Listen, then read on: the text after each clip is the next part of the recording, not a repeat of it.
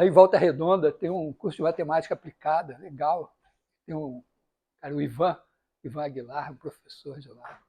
E ele é um misto, ele é um matemático, músico e artista plástico. Então foi ele que desenhou essa camisa aqui. Então, mando um abraço para o Ivan.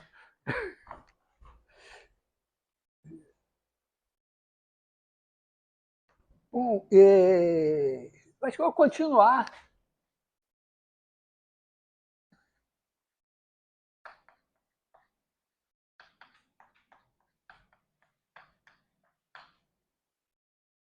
Dois ou três, sei lá. Falando Laplaciano, né?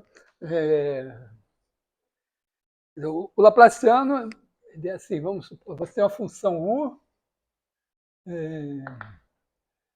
pode ser de um aberto ômega, em R, ômega aberto.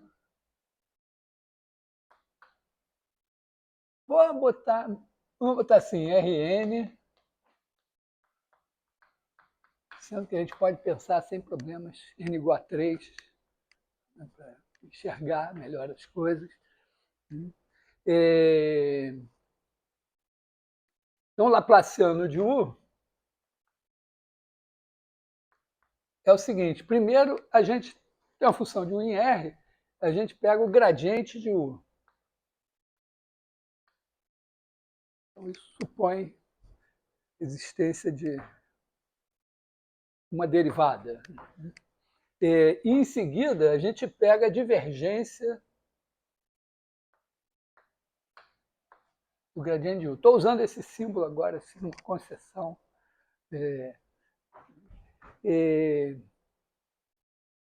Então, esse é o Laplaciano. Né? Caso U tenha derivada segunda, ter derivada segunda é um pouco mais do que ter derivadas parciais segundas. Assim como ter derivada primeira é um pouco mais do que ter derivadas parciais. Geralmente, a maneira que a gente tem de verificar que uma coisa tem derivada primeira é olhar se tem derivadas parciais contínuas, porque aí se tem derivadas parciais contínuas, tudo bem. Então, caso U tenha derivada segunda, então o Laplaciano de U pode ser escrito assim, né?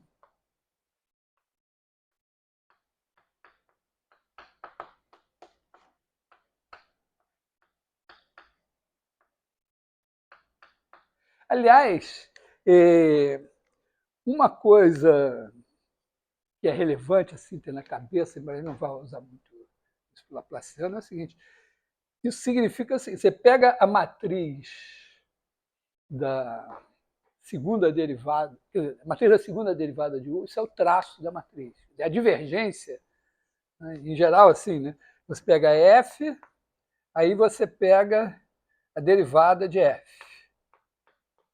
A derivada de F vai ter aqui dRom F1, dRom X1, dRom F2, dRom X2, etc., dRom Fn, dRom Xn. Então, caso tenha derivada, né, isso aqui, e a divergência é o traço dessa matriz, é a soma dos autovalores. Tem um certo significado que tem a ver com EDO, né? Porque se você pensa o fluxo, né? Pensa esse campo de vetores F, aí tem um fluxo associado a F. Se você pensa assim, vamos dizer aqui, você tem F, tem aqui o ponto x0, então você faz F de x aqui perto é igual a F de x0 mais a derivada de F em x0, x menos x0, mais alguma coisa pequena aqui. Então, pensando assim, o fluxo tem uma parte que é só andar em linha reta, como se fosse velocidade constante, e tem isso daqui que seria a parte mais importante em termos de variação do fluxo, que seria o fluxo associado a essa matriz aqui, a equação diferencial dada por essa matriz. E, aliás, no caso de ser segunda derivada, por cima é uma matriz simétrica. No caso de, quer dizer, no caso assim que você está com o Laplaciano, né, quer dizer, a divergência do gradiente, né, seria uma matriz simétrica, mas em geral não. Mas pensa assim, imagina que essa coisa fosse diagonalizável, então você tem exatamente aquela coisa das direções dos autovetores, e aí quando você tem um alto valor positivo, você anda para dentro, quando você tem um negativo anda para dentro, positivo anda para fora. E isso tem a ver justamente com a expansão volumétrica.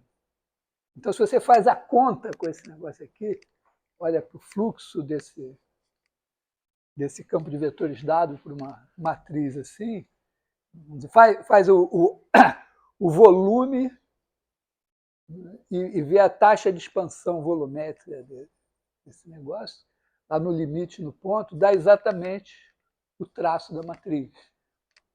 Então, a divergência está ligada a isso, então,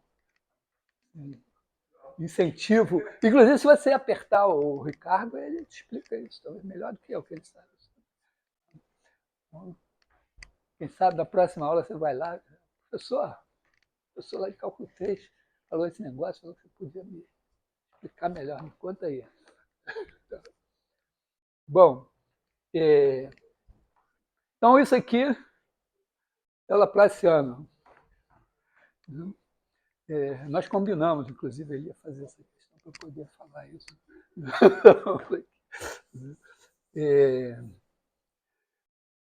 E nós estamos estudando o Laplaciano como um operador, né? Nós estamos olhando para o Laplaciano assim, você tem o E igual ao conjunto das U de ômega em R, com algumas condições mais, né? Vamos ver, o que tem um Laplaciano, né? Tais que Laplaciano de U existe. E aí a gente está pegando o Laplaciano como um operador de E em algum lugar que é pior do que E. Então,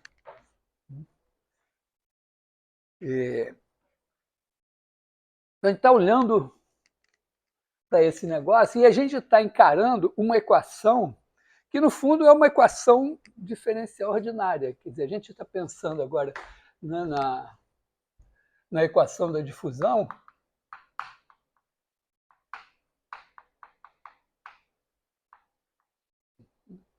e a gente está pensando justamente uma coisa que evolui, um estado que evolui no tempo, onde esse U de T pertence ao meu espaço E das coisas que tem Laplaciano, vamos dizer assim. E, além disso, eu vou colocar uma condição de contorno, né? U igual a zero no bordo de ômega, que é uma condição para fazer disso um espaço vetorial. Tem vamos dizer, outra condição igualmente boa, é a derivada normal C0 no bordo. Essas condições essa condição é essencial para fazer do Laplaciano um operador simétrico, qualquer uma das duas. A gente fez uma integração por partes. Então, eu estou pegando e pensando assim, né, em cada instante isso aqui é uma distribuição de temperatura, ou uma concentração, uma coisa assim, mas basicamente pensa distribuição de temperatura em cada ponto. E aí, vamos dizer, o Fourier estudou esse negócio e, basicamente, ele chega à conclusão, né, que essa coisa satisfaz, vamos dizer, ela evolui no tempo o ponto de T evolui no tempo de uma maneira que basicamente uma constante. Constante aqui, claro, a constante é porque eu quis, porque eu não posso supor qualquer coisa. Né? Essa constante aqui é a condutividade térmica dividido pela massa específica vezes o calor específico. Nada disso tem que ser constante, uniforme no corpo, não variar no tempo e tal, mas a gente supõe constante para poder fazer alguma coisa que preste. Então, tem a constante aqui. Tá? Então, esse K aqui é K sobre μc. Isso aqui é o coeficiente de condutividade térmica que diz... Que eu penso assim, que o fluxo de calor, se a distribuição de temperatura é U, então o gradiente de U de T aponta para cá, gradiente em relação a X, o tempo está parado. Né? Então, a temperatura está aumentando para cá, então o fluxo é do mais quente para o mais frio. Aqui é assim. Então, tem uma coisa aqui que é um menos K gradiente de U, que esse K depende do material. Madeira é uma coisa, ferro é outra, alumínio é outra, borracha é outra. Cada um conduz de uma maneira diferente. Esse μ é massa específica. Bom, massa específica é fácil, né? Massa por volume. E o C é o calor específico, que é uma coisa... Não vou nem dizer... É a quantidade de energia que você tem que dar para elevar tanto, uma unidade de massa de 1 grau em alguma escala vão lá na fisicoquímica. É um bom exercício aproveitar. Pô, tem fisicoquímica na FRJ, você pode ir lá procurar os caras e dizer, pô, me explica esse negócio aqui. Sempre pode ter essa experiência que eu já tive. Às vezes você tem uma dúvida, aí você começa a pensar naquilo, pensa, lê um monte de coisa e tal. E aí, não estou satisfeito. Aí você vai procurar para o especialista, que supostamente sabe, frequentemente ele também não sabe. O negócio é difícil mesmo.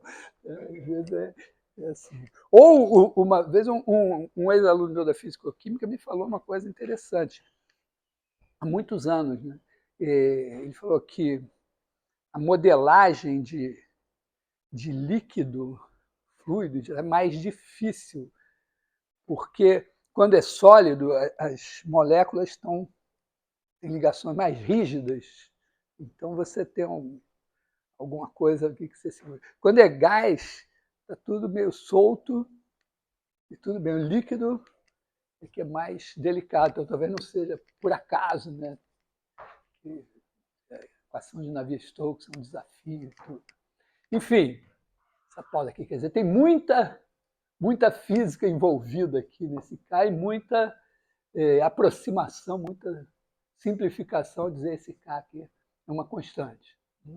E aí K, Laplaciano de U de T. Entendido aqui, né, que U de T é uma função de X.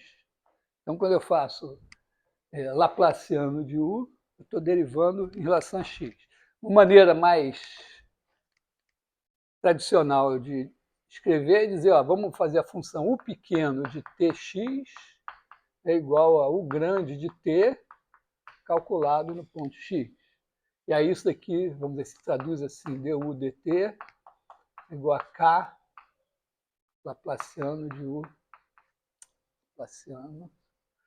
Vou botar assim, K d2U dx1 mais d2U dxn, onde a gente pode supor que n igual a 3 e que aqui no meio só tem x2.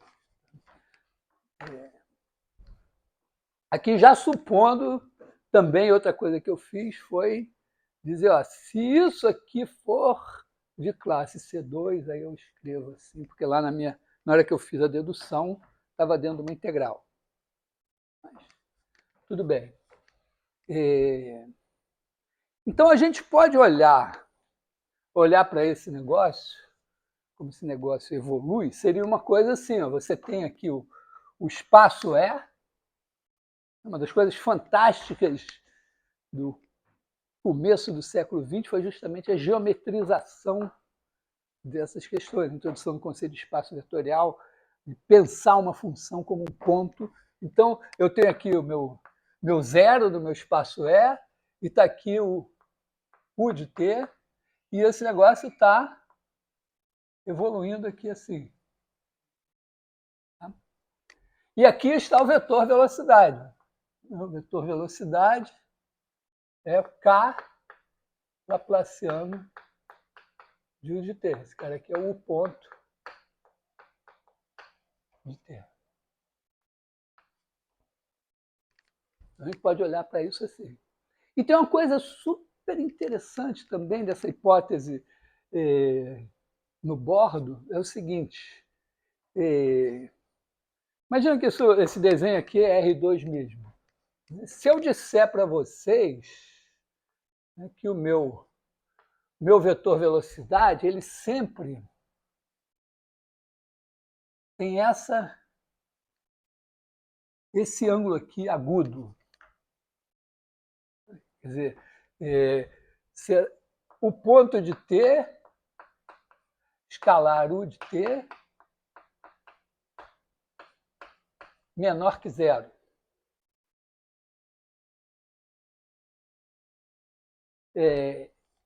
Sem saber nada de equações diferenciais ordinárias, eu chutaria que esse negócio, então, está andando para dentro.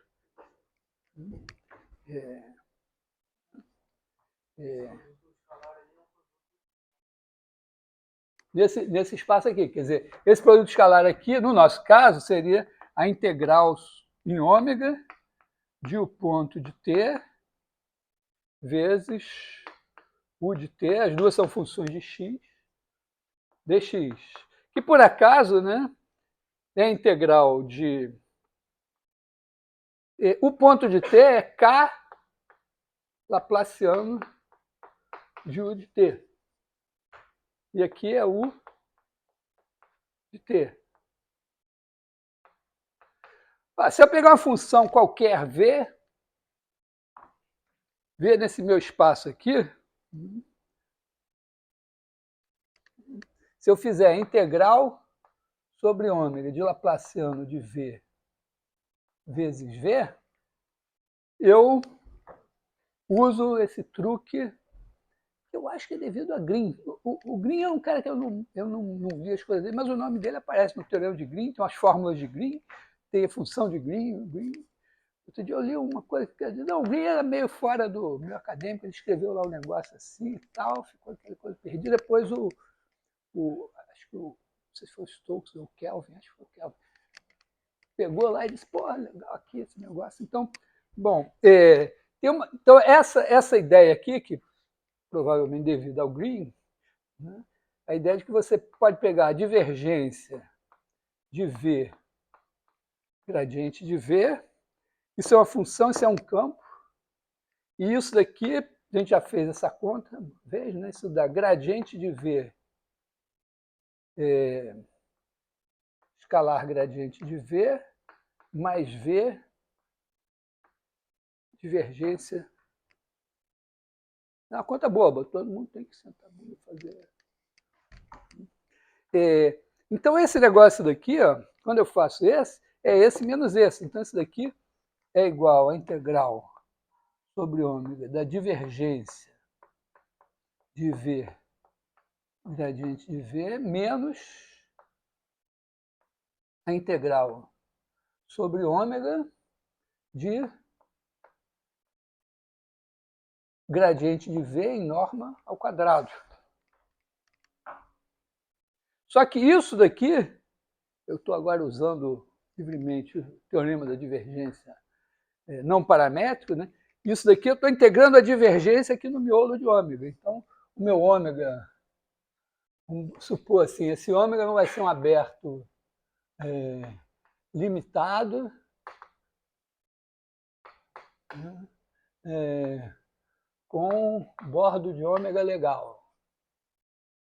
Legal, quer dizer, uma variedade. Não precisaria ser uma variedade, claro, se for um cubo, se for um poliedro, alguma coisa de feomorfo, um poliedro e tal, também dá para você fazer o teorema da divergência. Então, isso daqui, eu estou integrando a divergência em ômega. Então, isso daqui é igual a integral sobre o bordo de ômega, estou desfazendo o teorema da divergência, né, de V, gradiente de V, ds, menos a integral sobre ômega de gradiente de V ao quadrado. E aí repara que justamente a hipótese de V ser nula no bordo cancela isso aqui. Se fosse dizer que o gradiente de V perpendicular ao vetor normal do bordo, cancelaria esse cara daqui. Então, essas condições são escolhidas também por conta disso. Então, esse bicho daqui morre e dá negativo. E mais, né? Como eu estou dizendo que a função no bordo vale zero, a integral do, vamos dizer, o gradiente, para essa integral aqui dar zero, precisaria que, como uma coisa positiva, o gradiente teria que ser identicamente nulo. Se o gradiente fosse identicamente nulo, com zero no bordo, a função seria zero já. Então, a menos que eu esteja aqui, esse negócio aqui dá estritamente negativo. Então, essa figura aqui está certa. Quer dizer que isso daqui, vamos dizer, isso daqui é menos K integral sobre ômega de gradiente de U de T em norma ao quadrado.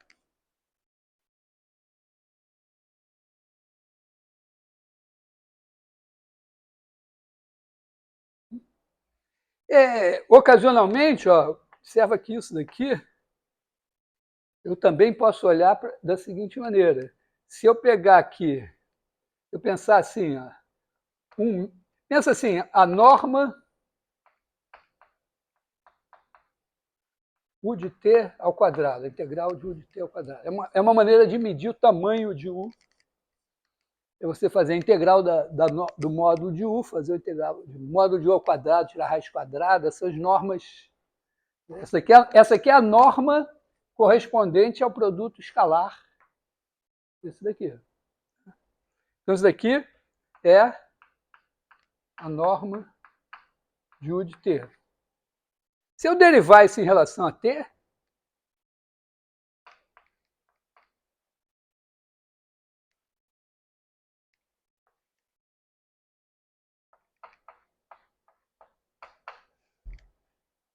usando de novo o teorema da física, que pode derivar dentro do sinal de integral sempre, então isso aqui dá 2 integral sobre ômega de U de T o ponto de T. Eu acabei de... Então, esse negócio daqui é justamente a derivada da norma. Isso vale em R2, em R3, quer dizer, essa figura aqui. Exatamente essa conta que você faz em R2 para mostrar que se tem essa figura, a norma está diminuindo. Aqui a norma que está diminuindo é essa daqui. Quer dizer, isso aqui, na verdade, elevado a 1/2 é que é essa norma. Então, tem aqui uma coisa bonitinha, está diminuindo a norma. Isso tem uma relevância quando você vai fazer isso no computador. É típico, né, quando você está resolvendo uma equação diferencial ordinária. Aí você pega o ponto, você olha o vetor velocidade e aproxima toscamente por Euler. Né? Multiplica esse negócio aqui por um ΔTzinho e anda esse passinho aqui. Claro que sempre que você está andando assim, esse método empurra você para fora. Então, imagina que você tem um diagrama de fase assim, e as velocidades são desse jeito. Aí quando você anda pelo método de Euler, você sai daqui, aí você cai num outro nível, aí anda para fora de novo, então, com o ΔT pequenininho, mesmo que pequenininho, depois de um certo tempo você já está mais longe. Aqui você tem uma certa margem de segurança, né? Porque você sai da trajetória para fora, mas a trajetória traz você de volta para dentro. Inclusive, né, você pode até pensar assim, né? Imagina que eu tenho aqui o zero, tenho aqui um círculo de raio R, eu estou aqui nesse ponto. Se o meu vetor velocidade está apontando aqui, eu sei que, ó, se eu andar assim, tem aqui ruim a figura, né? Mas até o ponto médio aqui, enquanto eu botar um ΔT que me traz no máximo até aqui, a minha norma está diminuindo. Depois ela diminui ainda menos. Se eu exagerar, só se eu exagerar bastante que a norma vai aumentar. Então, tem umas estimativas bobas, assim, geométricas, que são... Quando estava fazendo doutorado, estava num lugar que se fazia análise numérica de equações a derivadas parciais. Aí eu via lá as estimativas de erro, e eu olhava e dizia, pô, todo dia o teorema de Pitágoras. Eu fazia um negócio que, no fundo, era o teorema de Pitágoras. Porque eles sabiam essa figura aí. Essas, né? Eram outras. Então, tem essa coisinha interessante aqui, né?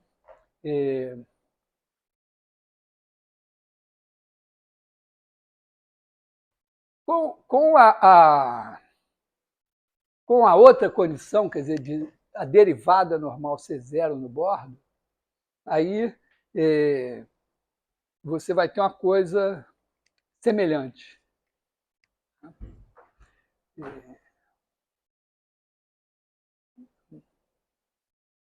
Bom, mas que ali, no caso de você manter zero no bordo, também não precisa saber nada de física. Né? Quer dizer, ó, o negócio está trocando o calor do mais quente para o mais frio. Estou mantendo a temperatura zero no bordo. Então, vou dizer, se tiver abaixo de zero, está entrando calor aqui, mas está empurrando você para a temperatura igual a zero no final. Se você botar um termo diferente no bordo, imagina que você... Bom, isso só completando o raciocínio. Se, em vez disso, você disser, olha, não, a temperatura não é zero no bordo, está isolado no bordo.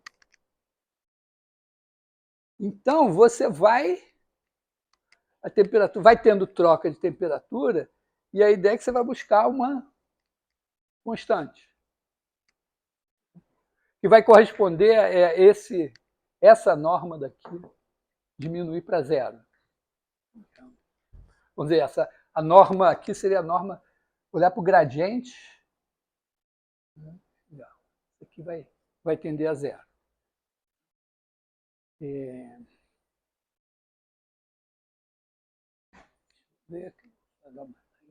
Assim, imagina que eu, em vez de colocar só isso daqui, eu coloco mais alguma coisa aqui. Ou eu boto uma condição no bordo, em vez de ser... Imagina que eu digo assim, ó, no bordo vale um certo G.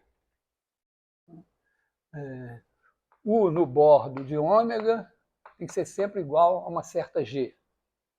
Suponha que essa G está definida em ômega todo, né?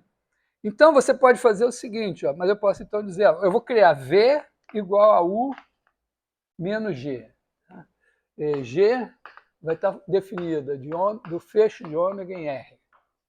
Eu vou olhar só, simplificar a minha vida. Então, eu posso olhar para V igual a U menos G. E aí, V no bordo de ômega vai ser zero. Como G é uma função fixa, parada, é um ponto, né, no meu espaço. Então, se eu fizer dv dt, isso é igual a du dt.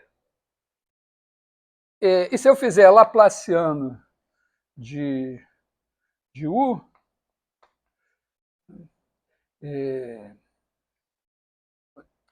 Laplaciano de V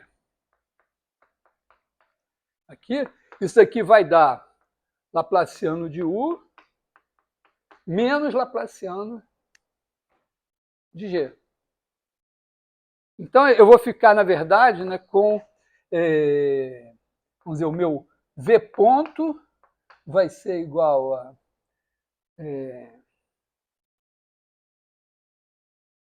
ou pensando a minha U ponto, né?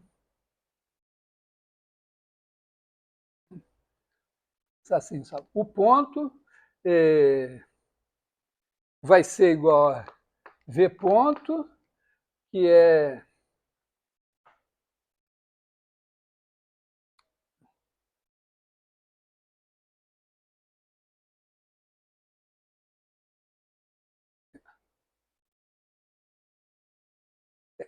vamos dizer, se eu fizesse V ponto igual, vou escrever U ponto igual a Laplaciano de U só, e aí eu vou ter V ponto igual a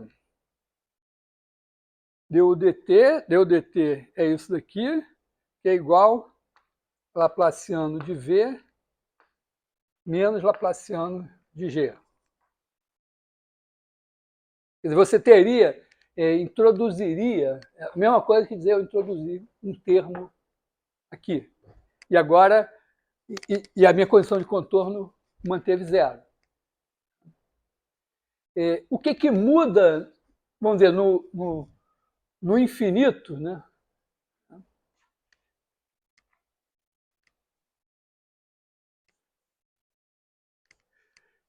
Eu estou falando que acontece a longo prazo, né? Então, a longo prazo, digamos que eu tenho isso, eu tenho uma U ponto igual a Laplaciano de U mais uma F, que é o que seria, aqui trocar o nome de V para U, chamar isso aqui de F. Então, T tende para infinito e supõe que a minha U tenda para algum ponto de equilíbrio, né?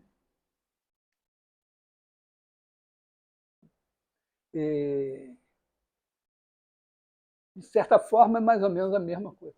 Então, como seria esse ponto de equilíbrio? Bom, se vai tender para um ponto de equilíbrio, significaria que, eu estou supondo que a minha velocidade está tendendo a zero.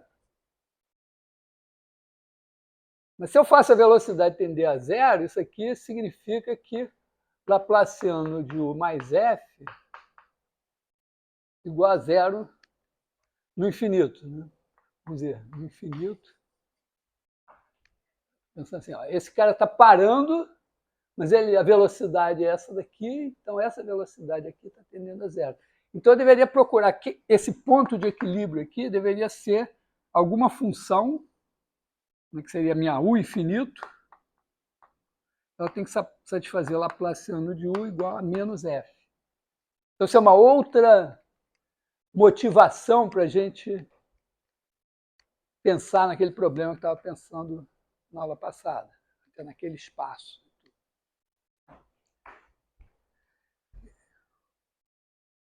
Então, aqui é uma visão tosca para olhar essa equação do calor como uma equação diferencial ordinária e ter alguns insights geométricos referentes a ela.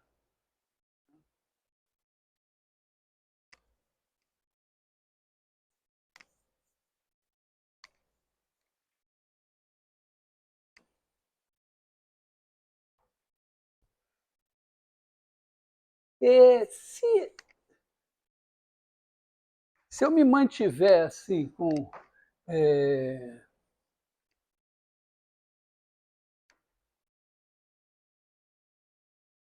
eu também poderia pensar nesse negócio assim, voltando na equação original, né? O ponto igual a K, vou tirar o K para mais U no bordo de ômega igual a G, só olhando assim. Outra maneira de olhar para isso é que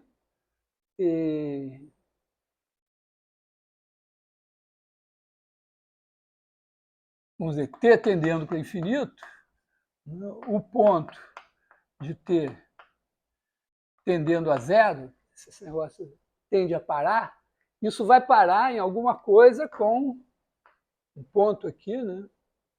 U infinito, com Laplaciano de U no infinito, que agora não depende mais do tempo, é uma função só de x, igual a zero, porque esse aqui está indo para zero, esse aqui está indo para zero. Só que U no infinito, o infinito restrito ao bordo de ômega, igual a F. G. Tá? Então, também coloca a questão de você resolver. Significa que no infinito, né, você, vamos dizer, se o negócio parar, um ponto de equilíbrio para essa equação, tá? Imagina que eu pego, então, uma função f, né, de x com Laplaciano de f de x igual a zero, e f no bordo de ômega igual a essa g. Então, se eu faço o Laplaciano disso é zero, isso é uma solução dessa equação.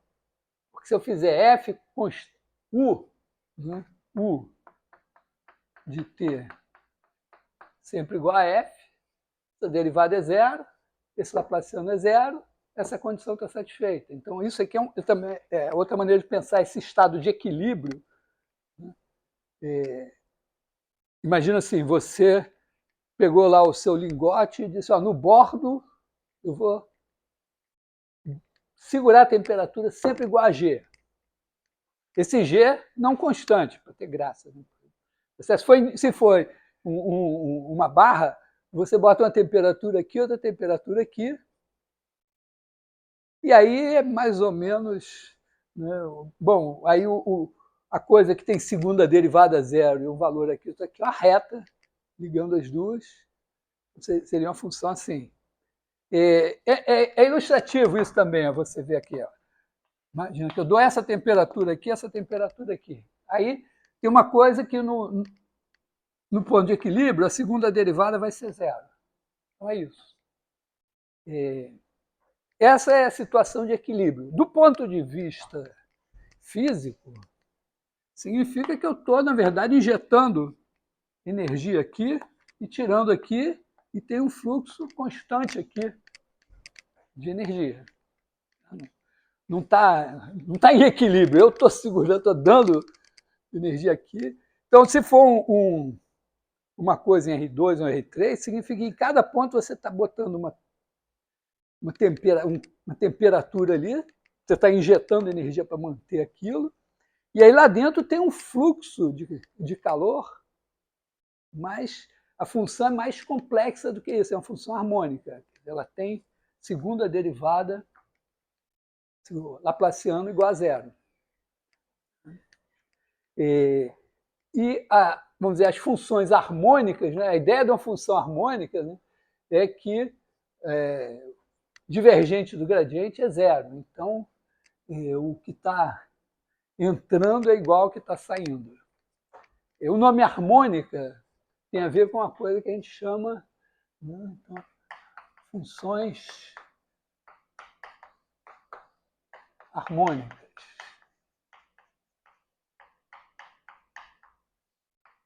A coisa mais importante das funções harmônicas, que justifica o nome, é a propriedade da média. Então, depois dessa história aqui, vamos simplesmente nos concentrar em funções que têm Laplaciano igual a zero. Então, U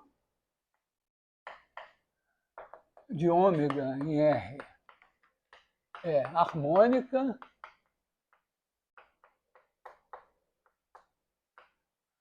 se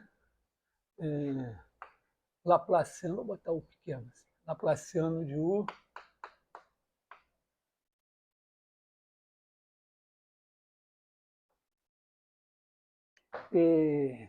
então, vamos fazer aqui o meu ômega, assim. Pega um ponto aqui, ponto x0, e eu vou tentar atribuir um significado a essa coisa de harmônica. Eu vou fazer o seguinte, eu pego a bolinha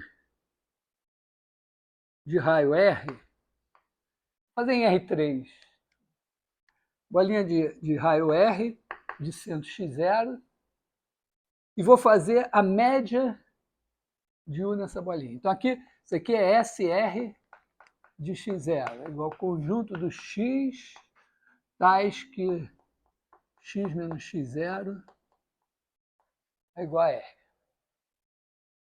E eu vou fazer M de R é igual a 1 sobre 4π R2, que é a área da esfera, vezes a integral de U. E o ds aqui é uma integral escalar. Estou integrando só sobre o elemento de área. Média é isso, né? Eu integro numa região, divido pela medida da região, isso é a média. Quando você está fazendo probabilidade, é a mesma coisa, só que você introduziu uma densidade de probabilidade cuja integral é 1, então não precisa dividir por nada, porque já está o peso ali. Então, eu vou fazer isso e eu vou olhar para a derivada disso. Ó, primeira coisa, isso é uma coisa contínua, né? A minha U é uma função contínua, então, quando o R aumenta ou diminui um pouco, essa integral aqui varia continuamente, esse denominador varia continuamente, o único problema é quando ele tende a zero. Mas, se eu tenho continuidade de U em x0, né, quando eu estou pertinho de x0, todos esses valores aqui são próximos de U de x0. Então, vamos olhar para o limite quando R tende a zero de M de R. Isso aqui vai ser o limite quando R tende a zero para integral. Eu sempre posso pegar essa integral aqui e fazer o seguinte, né? SR é igual ao conjunto dos caras da forma x0 mais RU, U pertencente a S2. S2 é a esfera unitária. Então, posso sempre pensar assim, né, de SR de x0 de U de x0 mais RU ds. Bom, aqui seria razoável mudar de variável, né? Mas não importa tanto aqui. Ó. O que importa aqui, nesse momento, para calcular esse limite, é que esse RU é pequenininho, R é pequeno. Então, esses caras daí são todos U de x0 mais um epsilon de RU. Esse epsilon é pequenininho. Então, quando você faz essa integral, dá isso daqui vezes essa área.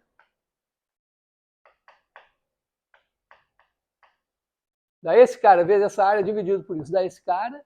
E dá mais uma coisa que é pequena, multiplicada, vamos dizer, isso aqui é menor que tanto. Então, o que sobra é menor que alguma coisa pequena, vezes essa área daqui, dividida por ela mesma, fica pequeno. Tá? Então, isso aqui, esse limite daqui é igual ao U de x0. Então, essa M de R, o limite quando R tende a zero de M de R, é igual a U x0. E agora eu vou tentar derivar. Esse derivar aqui é que deve passar por eu apagar e escrever de novo. Reescrever essa coisa assim, né? M de R é igual a integral sobre SR de x0, sempre esquecendo 1 sobre 4πr2. 1 sobre 4πr2, integral sobre SR de x0, U de x0 mais... Esse U foi mal escolhido, né? Eu vou chamar de Rn. Tá? N é bem sugestivo. Então está aqui, ó.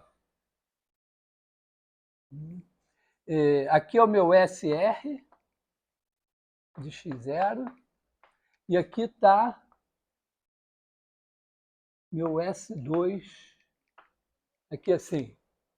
Então está aqui o x0, aí eu pego esse cara daqui, x, correspondente a ele tem aqui um n, cujo vetor normal aqui dá exatamente o n. E o vetor normal aqui é o mesmo n.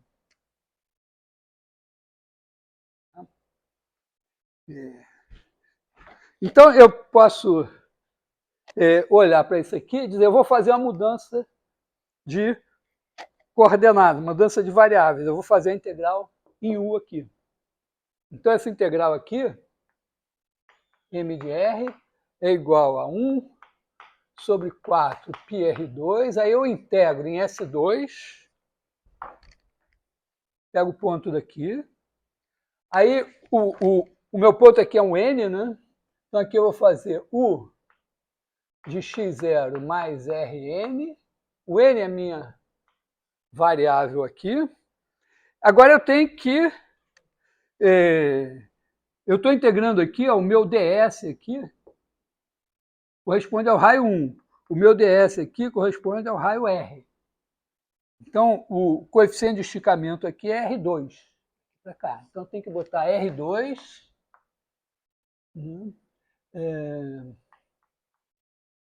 desce. Esse R2 é ótimo para eu derivar porque ele corta aqui. Porque aqui o R está parado, a variável é o N. Mas agora eu vou derivar em relação a R. Com esse cara no denominador aqui, ia ser chato aberto. Então, sumiu. Então, eu vou fazer o M' de R. 1 sobre 4π está parado aqui. Eu tenho integral sobre S2 e vou derivar isso aqui em relação a R. Essa é uma função de R3, de Rn, né? Derivada disso vai ser gradiente de U em x0 mais Rn, escalar a derivada disso em relação a R, N. Ds. Ganhei, olha só, ganhei uma integral de superfície aqui.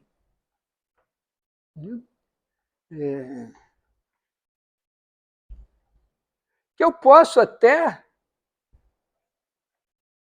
trazer de volta para cá.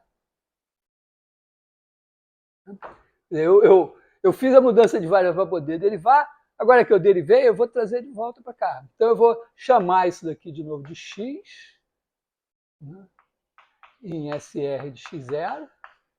Então, eu vou fazer, isso aqui vai ser 1 sobre 4π, integral sobre SR de x0, do gradiente de U de x. Agora eu tenho que botar o meu coeficiente de desesticamento. Né? Quando eu penso aqui, a minha integral era aqui, eu estou pensando aqui, então agora eu tinha multiplicado por R2, agora eu tenho que dividir por R2. Então aqui eu tenho que botar 1 sobre R2, escalar N. O N é o mesmo, não depende da mudança de coordenadas, dá isso aqui. Então eu voltei aqui para 1 sobre 4πr2, integral sobre SR de x0, do gradiente de U ds.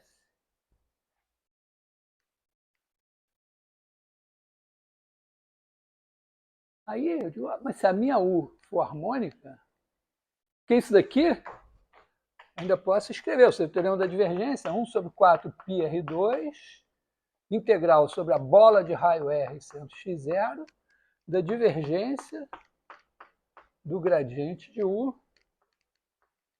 dv, que é igual a πr2, 1 sobre 4πr2, integral sobre a bola do Laplaciano de U dv. Se for harmônica, se o Laplaciano for zero, essa derivada, se o Laplaciano for zero na minha região, enquanto eu puder andar com R aqui dentro, essa M' dá zero. Então a média é constante. Então é por isso que é chamada função harmônica, porque né, sempre a desarmonia, o cara olha para o vizinho e diz, pô, está com mais do que eu, puto. Todo mundo olha em volta e o que ele tem é igual à média dos vizinhos.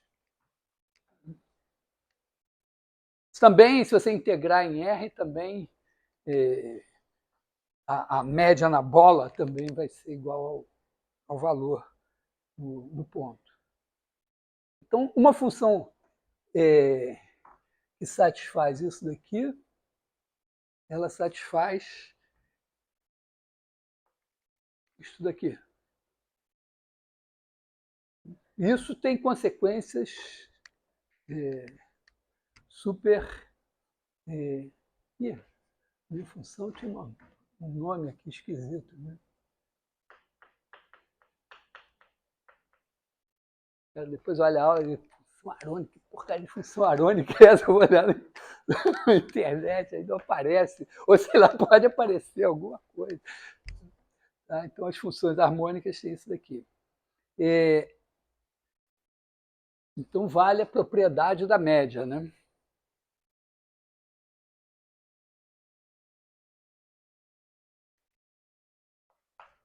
Propriedade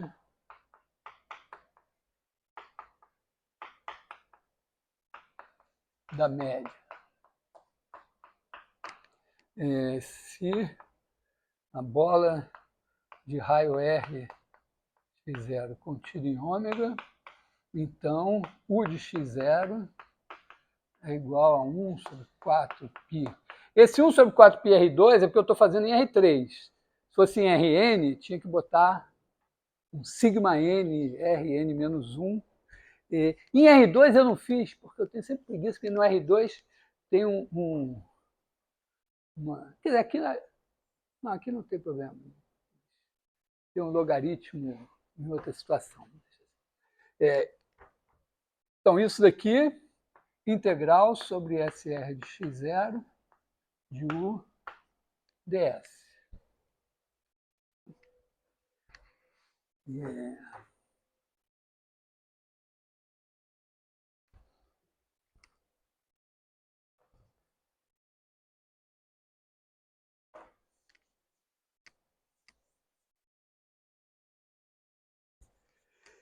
E isso tem consequências fantásticas.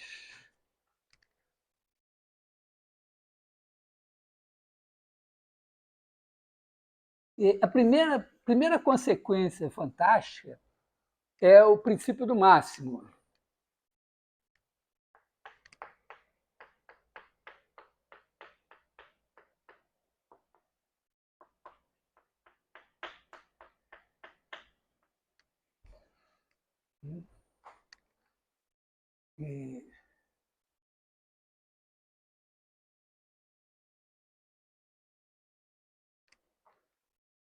Que é o seguinte, né?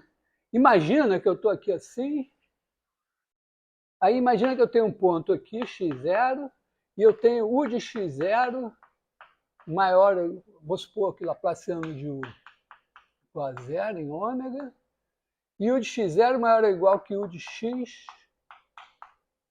para todo x em ômega.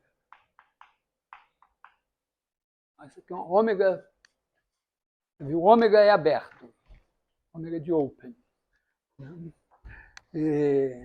Aí você tem um x0 aqui. Imagina que pega uma bola aqui assim, x0. Imagina que algum ponto x aqui, x1, você tivesse o de x1 menor, estritamente menor que o de x0.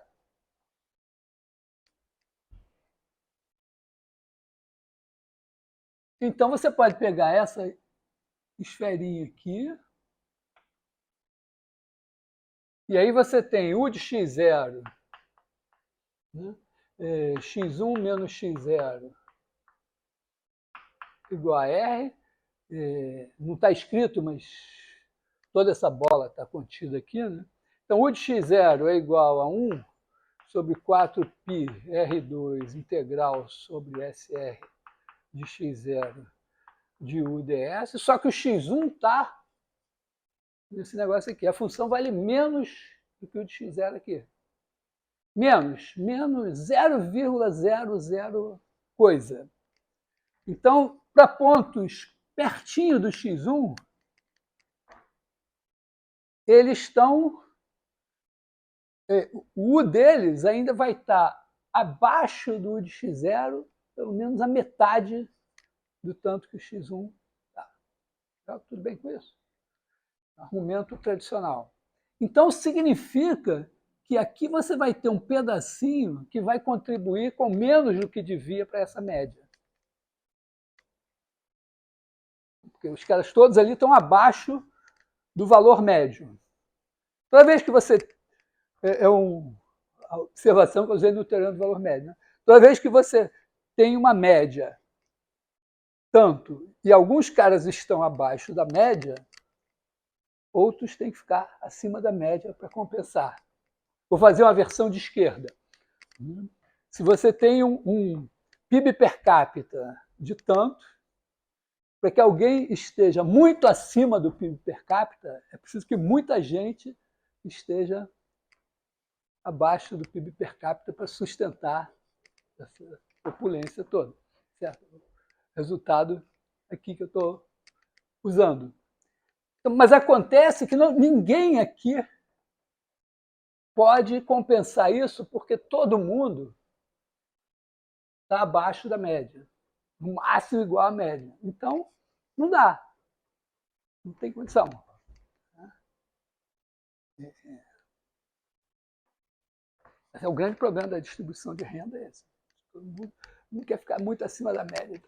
Olha, o PIB per capita é esse. Então, aí nego vai sempre dando um jeito, vem de uma estatal hoje, faz um tambique ali amanhã, faz outro, toma um empréstimo na FMI, não sei o quê. Mas é isso. Acho que minha impressão é que os alemães são os caras que fazem as contas.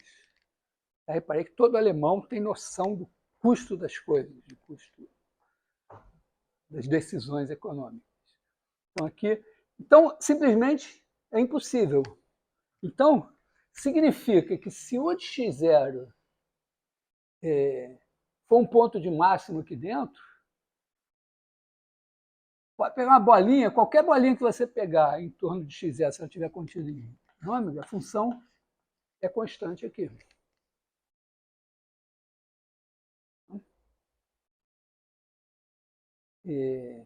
E aí, o problema é o seguinte, se você tiver agora aqui um outro ponto aqui, y0, imagina que esse aberto é conexo. Aí, você faz um caminho até aqui, de maneira que aqui caibam bolinhas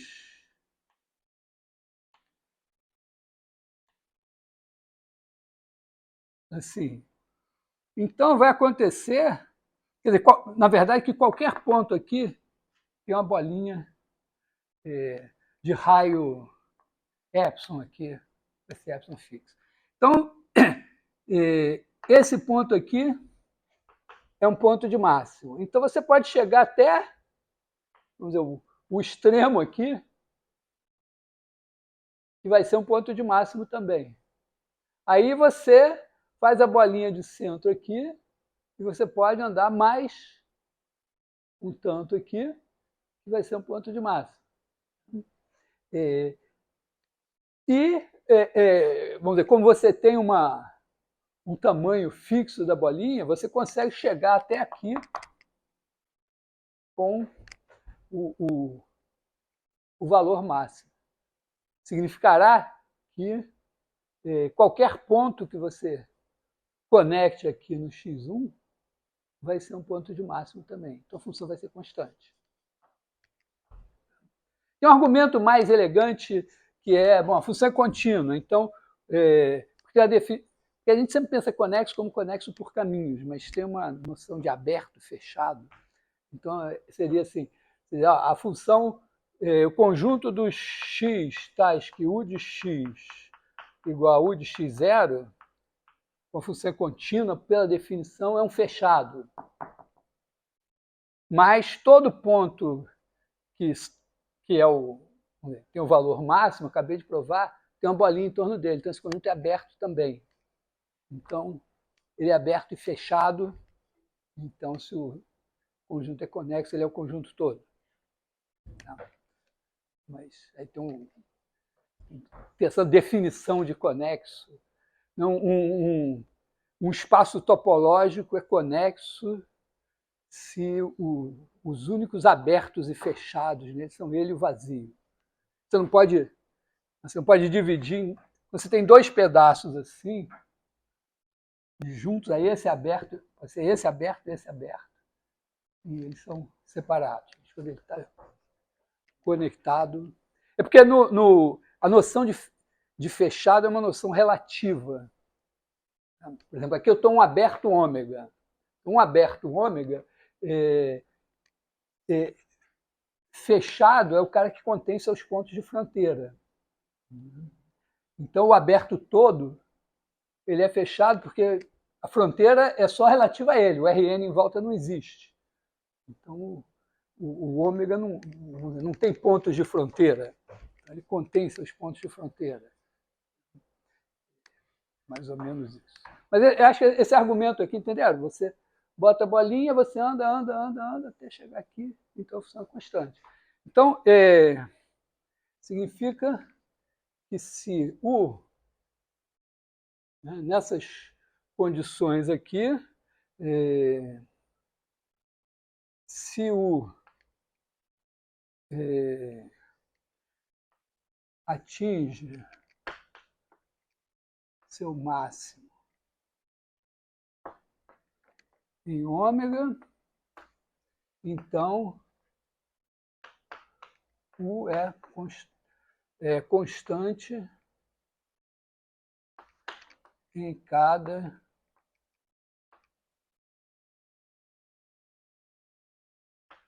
componente conexa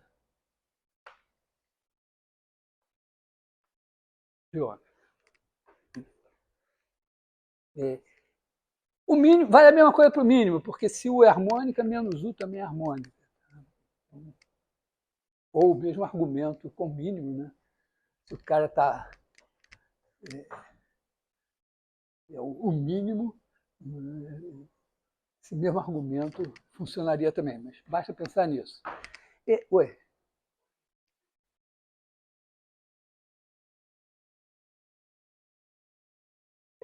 O argumento principal foi esse daqui, né? Você fazer assim, né? Digamos assim, vamos chamar de M igual a sup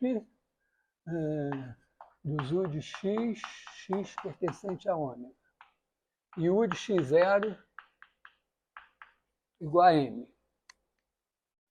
Então, o que eu argumentei é que a propriedade da média vai levar a uma coisa que é assim, ó, pega uma bola qualquer de centro x0, raio R, que esteja contida em ômega. Aí pega um ponto qualquer aqui, x1. Aqui tem uma distância r. Aí eu pego a bolinha, essa bolinha aqui. Se u de x1 for menor que m, menor que u de x0, então, numa vizinhança com uma função contínua, digamos que u de x1 igual a u de x0 menos 2 epsilon maior que zero. Então, existe delta tal que x menos x1 menor que delta implica u de x menor que u de x0 menos epsilon. Tá? Porque o u de x0 está aqui, 2 epsilon está aqui, u de x1 está aqui. Aí, próximo de x1, eu posso garantir distância menor que epsilon aqui.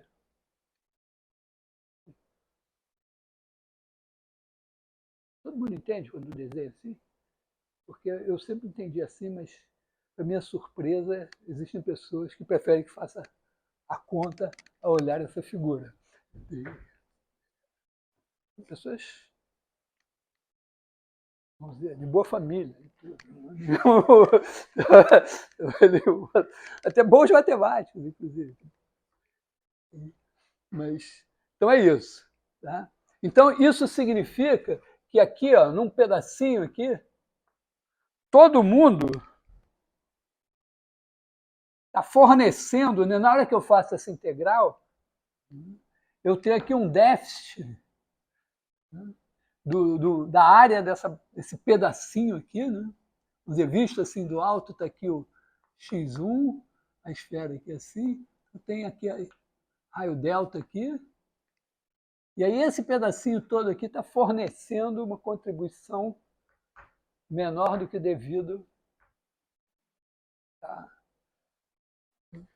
E isso vai pesar na média. Eu não tenho como compensar, porque a média é u de x0, que é o sup. Então, todo mundo está de m para baixo. Então, perder um pouco aqui não tem mais como compensar. Então, a média vai ficar abaixo do que acabei de provar que era. Então, a única maneira disso não acontecer é dizendo, nessa bola toda aqui, u de x é igual a m. Esse é o argumento central. O argumento seguinte é, bom, tem caras, vamos dizer, esse cara daqui, y0 que está aqui, ele não é atingido por essa bola. Mas eu posso chegar nele, a partir de x0, com um número finito de bolas, onde em todas elas a função vai ser constante igual a m. Então, significa que a função vai valer m em todos os pontos.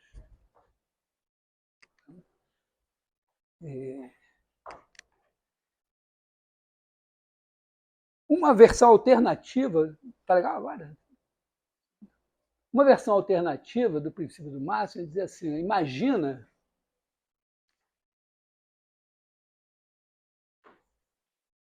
que eu tenho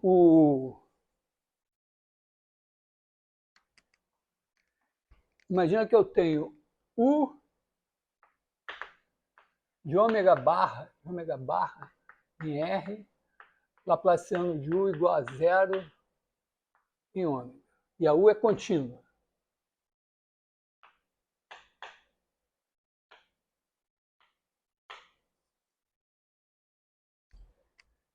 Então, o meu ômega... e o meu ômega... Bom, pode ser que o ômega não seja limitado e não tenha um valor máximo. Mas vamos pensar assim, ômega limitado.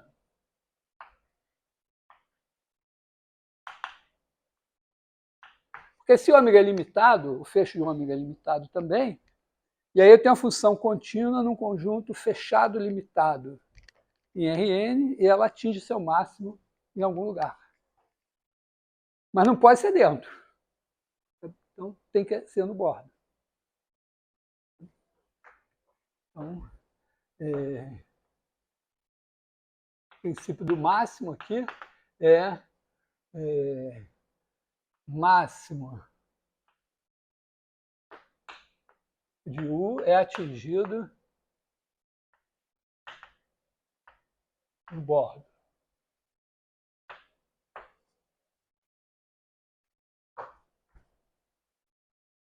Isso tem duas consequências imediatas assim, por seguinte questão. Imagina que eu estou tentando resolver esse problema aqui. Laplaciano de U igual a F em ômega, U igual a zero, ou U igual a G no bordo de ômega.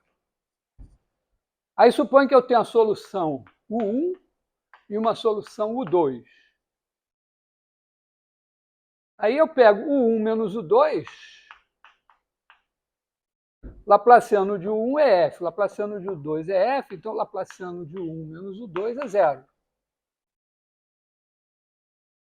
E no bordo, U vale G, U1 vale G, U2 também, igual a zero no bordo. E aqui vou supor ômega limitado também, para não me preocupar. Então, o valor máximo de U1 menos U2 tem que ser atingido no bordo. Só que a função é zero no bordo, então elas são iguais. Então eu não posso ter duas soluções para esse problema distintas.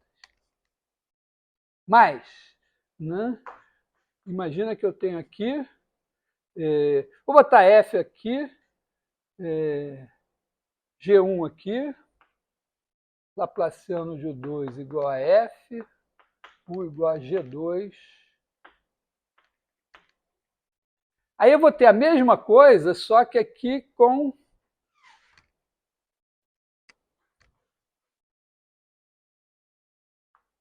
G1 menos G2. O que eu posso pelo menos garantir é o seguinte, que se G1 está próximo de G2, aqui, o maior valor dessa diferença é pequeno, então o maior valor da diferença entre o 1 e o 2, todo o ômega, é tão pequeno quanto. Isso dá uma noção de estabilidade na solução desse problema. Quer dizer, eu estou pensando no problema laplaciano de U igual a F com um certo valor no bordo. Eu sei que se eu mexer um pouquinho no valor do bordo, a solução varia pouquinho. Tá? Claro, poderia colocar a questão do... Também é verdade que com F1 e F2 próximos, a solução vai estar próxima, mas não é assim, uma consequência assim, do princípio do máximo direto. Outra coisa, né, que sai daqui também, né,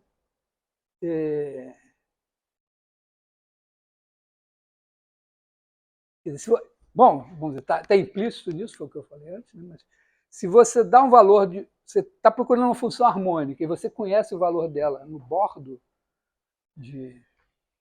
Né, imagina que eu estou querendo resolver só isso aqui, Laplaciano de U igual a zero em ômega, U igual a F, bordo de ômega. Não pode ter duas soluções. Né? Então, uma função harmônica ela é determinada pelos seus valores no bordo.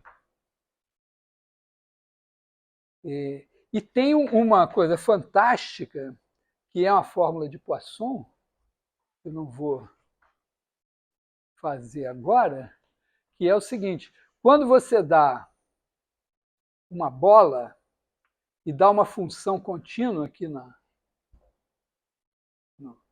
na esfera, tem uma fórmula como integral que te dá em cada ponto daqui o valor da função como uma integral aqui no bordo. É uma média. Né? Até já falei que isso tem a ver com uma coisa de probabilidade, né?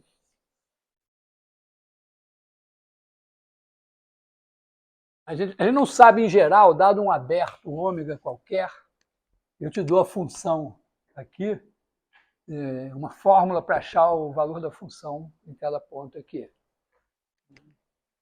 Até com variável complexa, mais ou menos. Mas, se for uma bola, tem como se fosse uma distribuição de probabilidade aqui na esfera, tal que, se eu dou os valores de f aqui, o valor, essa distribuição de probabilidade depende do ponto x. Então, o valor de u em x vai ser uma integral sobre S, chama assim daqui de S, sobre essa esfera de alguma coisa aqui envolvendo f. De uma distribuição de probabilidade vezes f. Vai ser um valor esperado de f, mas essa distribuição aqui depende do x. E, basicamente, é o seguinte, né? Cada ponto que você pegar aqui, você tem aqui um ponto y, e ele tem um antípoda em relação a x, aqui assim, e meio que acontece o seguinte, se você olhar visto aqui de x, esse ângulo e esse ângulo são iguais.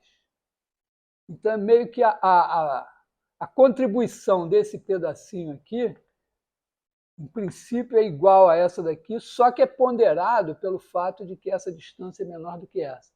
Essa daqui pesa mais por causa de... Pesa igual por causa do ângulo, mas pesa mais por causa da distância. E aí você tem uma fórmula, e essa fórmula mostra que, nesse caso, a sua função aqui dentro, ela é de classe C infinito. Você pode derivar quantas vezes você quiser. Então, eu estou com esse problema aqui, né? Laplaciano de U igual a zero na bola aberta, U igual a zero na esfera. E U contínua. Aí esse problema tem uma solução que, pela fórmula que você acha, essa solução de essa U aqui tem quantas derivadas você quiser. É mais, ela é analítica. Você pode desenvolvê-la em série. E aí isso significa o seguinte, imagina que eu estava andando na rua assim, de repente, olha lá a função harmônica. E aí tem uma função V aqui, definida aqui no V de um ômega assim, em R, e ela é harmônica. Aí acontece o seguinte, ela é harmônica. Pega aqui um ponto x0. Pega uma bola aqui de centro x0. Pega o valor da função aqui, chama de f. Aí usa essa fórmula aqui e você tem uma outra função u que é harmônica aqui e que tem esse valor f aqui. Mas eu acabei de provar, pelo princípio do máximo, eu não posso ter duas funções harmônicas com o mesmo valor no bordo, distintas. Então, u é igual a f. Só que essa é igual a v. Só que essa u, como eu sei a fórmula, eu sei que ela é de classe C infinito. Então, significa que a minha v era de classe infinito. Qualquer função harmônica que você encontrar na rua, ela é um membro da nobreza das funções.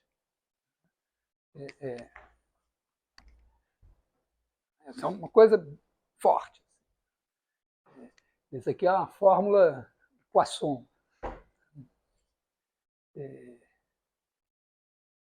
tem, como eu falei, ela tem inclusive vamos dizer, uma maneira de chegar nela probabilística, via movimento browniano aqui, assim. Meio que essa distribuição de probabilidade que eu falei é o seguinte: se você sair aqui andando às cegas, brownianamente, do ponto X, e na hora que você chegar aqui no bordo, para. Então você calcula, por métodos que eu não sei, mas calcula qual é a probabilidade de você, saindo daqui em movimento browniano, você sair por cada pedacinho aqui da esfera, qual é a probabilidade de, saindo daqui às cegas, você sair por aqui. Aí, essa distribuição de probabilidade é exatamente essa que eu estou falando da fórmula de Poisson. Então tem um link probabilístico nessa coisa aí. É uma coisa legal para vocês apertarem o professor de prob, ele deve saber.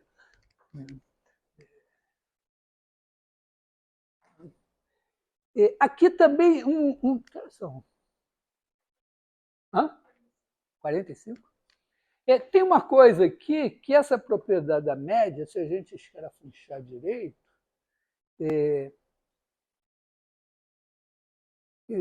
vai ter vamos dizer, imagina que o Laplaciano, em vez de ser zero, fosse maior que zero. Então, na hora que eu derivei aquela m' lá, apareceu um Laplaciano dentro da integral. Como ele era zero, a derivada era zero. Mas se ele for positivo, a derivada é positiva. Então, significará que o U de x0, na medida que eu vou andando para cá, a média vai aumentando. Ele vai ficando mais puto cada vez mais. É aquele cara lá daquele lugar fodido do mundo, assim, aí ele olha em volta, tipo, pô, pessoal, aqui, aí ele vai olhando mais longe, de repente ele chega naquela, assim, que passa na Suíça, alguma coisa assim, ele, porra. Então, uma função assim, que tem o Laplaciano maior que zero, ela vai ser chamada subharmônica, quer dizer, todo mundo vai estar abaixo da média. É meio esquisito, né? Todo mundo abaixo da média. Como pode todo mundo estar abaixo da média? Mas, na verdade, é porque, vamos dizer, você pega a média desse cara, ele está abaixo da média. Quando você pega esse, ele inclui caras que não entraram nessa média aqui. Quer dizer, a média de raio R, média de raio R daqui, a média de raio R daqui, essa aqui inclui outros caras. Então, na verdade, é porque o máximo está... Se todo mundo está abaixo da média, o máximo está indo... Deve ter um princípio do máximo associado a isso. Né? Numa função subharmônica, ninguém pode ser ponto de máximo. Ali também. Quer dizer, o princípio do máximo vale para funções subharmônicas. E tem as superharmônicas, que tem o Laplaciano menor que zero. Se o Laplaciano é menor que zero, a média vai diminuindo. Então, vamos dizer, na subharmônica, todo mundo é ponto de mínimo localmente.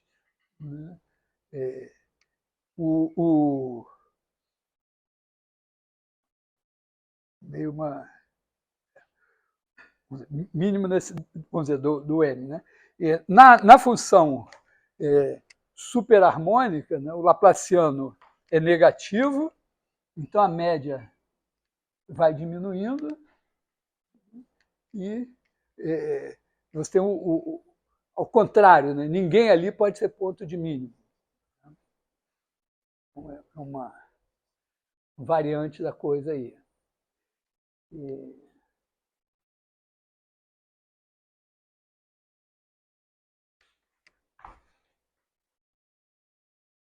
Então, eu acho que a gente... E agora tem, vamos dizer, as fórmulas, as tentativas de fórmulas para calcular vamos dizer, tem uma questão 1.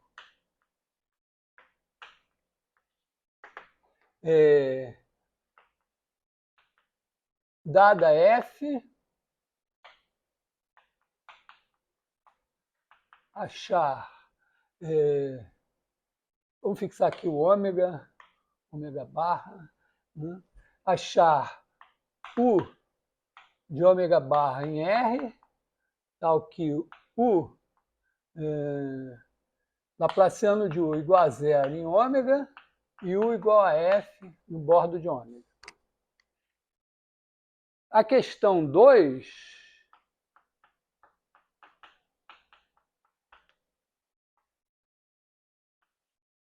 seria dada, chama de ρ, achar U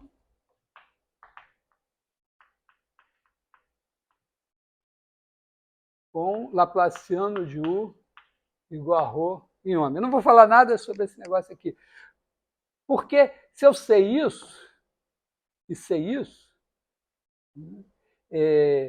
que eu faço? Né? Digamos que eu achei uma U que vai até aqui, só que eu só sei que o laplaciano dela é ρ. Então eu pego, chamo U restrito ao bordo de ômega de F. E aí eu acho uma solução para esse problema aqui. Digamos assim, vou botar aqui V. Aí eu achei uma V cujo laplaciano é 0 em ômega equivale a F no bordo.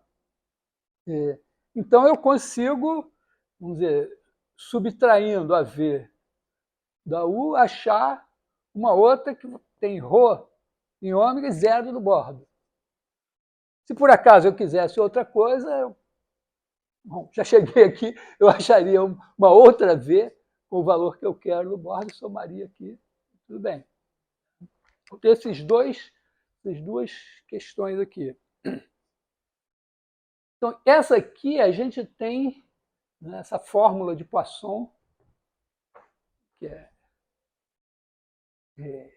resolve isso. E essa daqui, ela tem, vamos dizer, uma solução que todos os físicos entendem, né, que é mais ou menos o seguinte. Né? Um físico sabe que se você botar uma carga aqui, pontual, ela gera um campo. Né? Ela gera um campo e esse, vamos dizer, pensando assim, Coulomb, versão Coulomb, você tem um campo E que é igual, né? Vou botar aqui 0, tá? Aqui x. Então, E é uma coisa tipo 1 sobre norma de x ao cubo vezes x. Aqui a menos uma constante positiva ou negativa, né? Vezes a carga que você botou aqui. Se botou a carga pontual aqui, você tem um campo que é como o campo gravitacional. E é uma coisa assim. Aí, se você botar outra carga aqui, outra carga aqui, outra carga aqui, você vai somando campos. Né? E aí a ideia é que se você... Então, vamos dizer, você tem...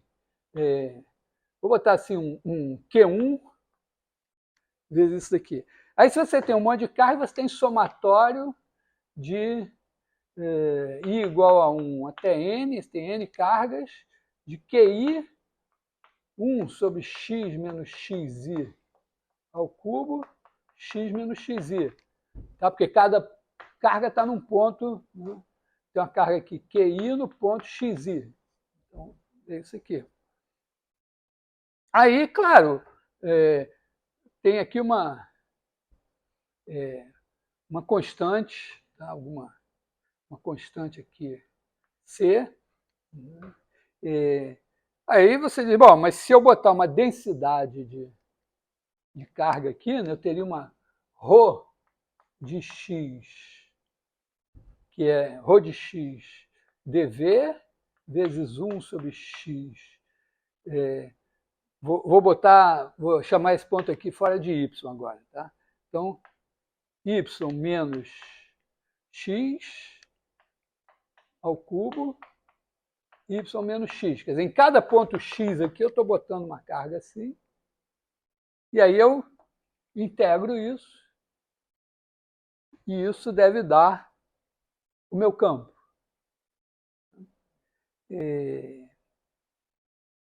Ocorre que esse campo, vamos dizer, seria o... Esse campo aqui tem um potencial, que é Q1 sobre 1 sobre x com um sinal mais ou menos na frente. Então, esse bicho daqui, ele viria de um potencial assim, ρ de x sobre x menos y, o potencial não tem dy, fez uma constante aqui fora, coisa assim. Esse cara daqui, naturalmente, você calcula o gradiente desse e você acha esse daqui. Só que esse bicho aqui, se você calcular a divergência dele, dá zero. Quando você bota um campo devido a uma carga só num ponto, você tem uma coisa aqui que em todos os lugares a divergência é zero. Só que o campo sai assim, né? Então, se você fizer o fluxo do campo nessa superfície, não pode dar zero, está tudo saindo assim. É porque, na verdade, o campo não está definido aqui, então você não pode aplicar o teorema da divergência. Meio que diz como se a divergência fosse um delta. Sabe o que é um delta? Delta vamos dizer, versão mais simples, você pega a função que tem um salto, então a derivada dela é zero em todos os pontos, mas nesse ponto do salto tem um delta vezes alguma coisa. Se o salto for de tamanho 1, você diz que é delta. Se for de tamanho 2, 2 delta, coisa assim. Então aqui é como se a divergência tivesse concentrada aqui, tivesse um delta aqui assim. Mas a ideia é que quando você multiplica pelo ρ dv é infinitesimal. Então ele compensa esse delta e essa integral deveria dar direitinho, de maneira que isso aqui é o potencial, esse daqui é o campo, e a divergência desse campo deve dar ρ. Porque moralmente é isso, né? Você tem uma carga aqui. Quando você faz a integral, a constante aqui é uma coisa 4π. Quando você faz a integral sobre uma bolota aqui fora, dá a integral desse campo aqui. A integral desse campo aqui dá 4π vezes o Qzinho que está aqui dentro. Então, o Q que está multiplicando o delta vai dar o resultado dessa integral. Então, meio que, estou falando muito rapidamente, a ideia é que esse cara daqui, se você calcular o laplaciano dele, tem que dar ρ. E o problema misterioso, difícil, é o seguinte: você deriva uma vez, dá isso. Só que aqui você não pode derivar de novo, porque moralmente, ó, isso aqui, y menos x ao cubo. Então, o tamanho disso daqui é 1 sobre R2, se R for a distância, está integrando em x a distância ao y, né? Isso daqui, y, x, então aqui você tem 1 sobre R2. Se você derivar de novo, vai dar 1 sobre R3. Acontece que 1 sobre R3, em R3, isso é coisa básica para saber, né? Você está em R, se você vai integrar perto de zero, 1 sobre x não dá. Mas se for 1 sobre x elevado a alfa, com alfa menor do que 1, dá. Em Rn, 1 sobre x elevado a n, norma de x elevado a n, quer dizer, 1 sobre r elevado a n, não dá, mas um pouquinho menos já dá. Então nós estamos em R3, 1 sobre R2 dá para integrar, mas 1 sobre R3 não dá mais. Então essa derivada dentro do sinal de integral aqui não funciona. Então, se você quiser calcular a divergência desse bicho, calculando derivada, você não consegue. Mas se usar a definição que eu dei de divergência, dá. Dá. Uma coisa assim que todo mundo sabe que tem que dar, mas oficialmente não pode, porque se a definição de divergência precisa das derivadas, não tem como fazer. Então nós temos, vamos dizer, um pouco essas duas questões para encarar como um bom exercício. Um monte de conta para fazer. Podemos pensar sobre isso daqui para frente.